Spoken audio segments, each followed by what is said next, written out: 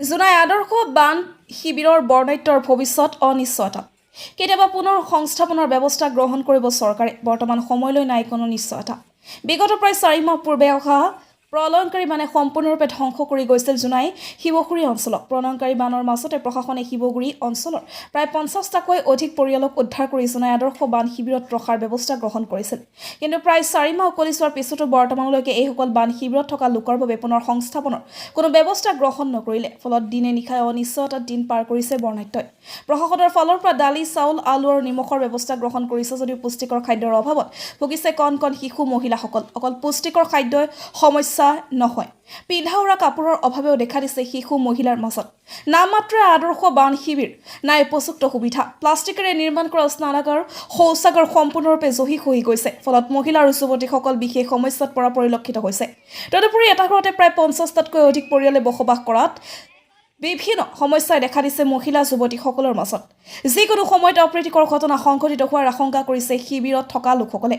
আনহাতে এশৈবুৰি সমস্যাৰ মাজতে শিবিৰটোৰ চাৰিওফালে থকা লেতেৰা পৰিৱেশে দুৰ্গন্ধময় কৰি তুলিছে লেতেৰা দুৰ্গন্ধময় পৰিৱেশত দিন পাৰ কৰিছে এই সকল লোকে যাৰ ফলত যিকোনো সময়ত বিভিন্ন ৰোগত আক্ৰান্ত হ'ব পাৰে শিবিৰটোত থকা লোকসকল সোমবাৰে অকাজনস্থিত RVC নামৰ স্বেচ্ছাসেৱী সংস্থাৰ এটা সঁচাতি দলে জোনাই আদৰ্শ বান শিবিৰত উপস্থিত হৈ চলাই চাফাই অভিযান বান শিবিৰত থকা লোকসকলৰ সৈতে মিলি RVC কৰ্মকৰ্তাই শিবিৰটোৰ চাৰিওফালে চলালে চাফাই অভিযান দুৰ্গন্ধময় পৰিৱেশৰ বাবেই তেওঁলোকে চাৰিওফালে চাফাই অভিযান চলাই সংবাদ মাধ্যমৰ জৰিয়তে এই দুৰ্ভগীয়া লোকসকলক অতি সোনকালে পুনৰ সংস্থাপনৰ ব্যৱস্থা গ্ৰহণ কৰিবলৈ চৰকাৰলৈ আহ্বান জনায় আনহাতে শিবিৰত থকা দুৰ্ভগীয়া পৰিয়ালেও চৰকাৰলৈ অতি সোনকালে পুনৰ সংস্থাপনৰ ব্যৱস্থা গ্ৰহণ কৰিবলৈ দাবী জনায় আমি এতিয়া শিৱগুৰিটো বহুতে বহুত বছৰৰ পৰাই পানী হৈ আছিলে বানপানী যদিও গৰাখহনীয়া হোৱা নাছিল কিন্তু এই সাল পুৰা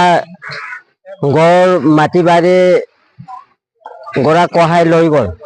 এইটোৰ পৰা আমি এতিয়া 4 মাহ কাল হৈ গ'ল শিবিৰত বসবাস কৰা এতিয়া উপায় নাই আৰু খোৱা বোৱা হোৱা মেলা বহুত আমি কষ্ট পাইছো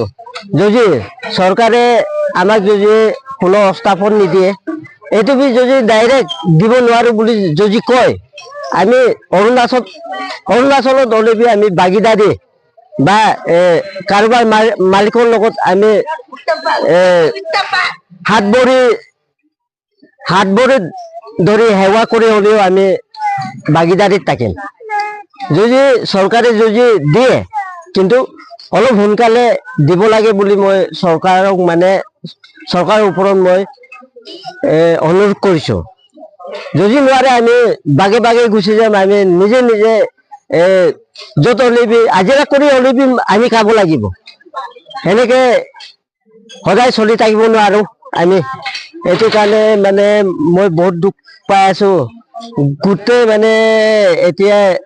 পিন্ধা উৰা গোটেই আমি কিমান কষ্টত আছো আমিহে জানো ল'ৰা ছোৱালীটোতো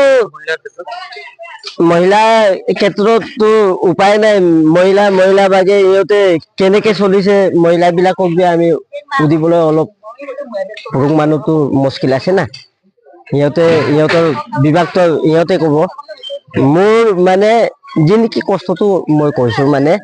এতিয়া 4 মাহ কাল হৈ গ'ল দিম বুলি কৈ পিনি ডিমাপুৰ দেখুৱাই থাকিলে নহ'ব যদি নিদিয়ে এই কেইদিনতে আমাক ডাইৰেক্ট খেদাই দিয়ক আমি নিজৰ ভাগে আমি থাকিম বুলি মই ভাবিছো আৰু আমি চিলাপথাৰ অকাজান ৰুৰাল ভলেণ্টিয়াৰ চেণ্টাৰ অকাজানৰ পৰা আমি আহিছিলোঁ এই মডেল ৰিলিফ কেম্পত আহি আমি ইয়াতে অলপ পৰিদৰ্শন কৰিলোঁ ইয়াত পৰিদৰ্শন কৰি চাওঁতে ইয়াতে গোটেই কিটচেন ঘৰে হওক বা ইয়াতে গোটেই থকা সেই আশে পাশে বহুত ধৰণৰ এনেকুৱা প্লাষ্টিক জাতীয় সেই বস্তুখিনি ইয়াত জাবৰ জোঁথৰ আৱৰ্জনাখিনি ইয়াত সিঁচৰিত হৈ আছিলে সেইখিনি আমি চাই অলপ বেয়া লাগিলে আৰু ইয়াতে অহা যোৱা মানুহবিলাকেও অলপ নাক কোচাই প্ৰায় গৈছে ইয়াত চকু ফুৰাই গৈছে কিন্তু হ'লেও ইয়াত যে এনেকুৱা ধৰণৰ লেতেৰা পৰিৱেশত আছে সেইটো ইহঁতে কোনো খেয়াল কৰা নাই কিন্তু আমি ইয়াত আহি আমি সেইখিনি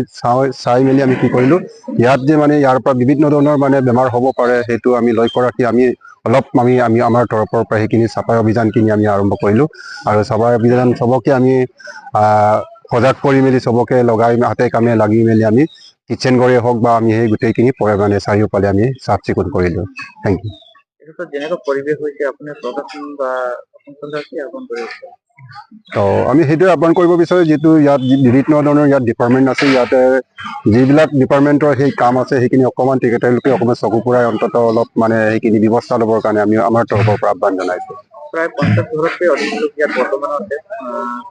4 মাহ ধৰি ইয়াত বসবাস কৰি আছে। তেখেতসকলক পুনৰ সংস্থাপনৰ বাবে আপোনালোকে কিবা ব্যৱস্থা লৈছে নেকি বা প্ৰশাসনক কি ক'ব বিচাৰে? তো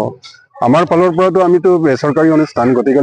আমি আমাৰ ফালৰ পৰা কৰাত আমাৰ কোনো মানে সামৰ্থ্য নাই, গতিকে আমি একো কৰিব নোৱাৰোঁ। কিন্তু হ'লেও যে চৰকাৰৰ ফালৰ পৰা অন্তত সেই দুৰ্গত ৰাইজক অন্তত কিবা এটা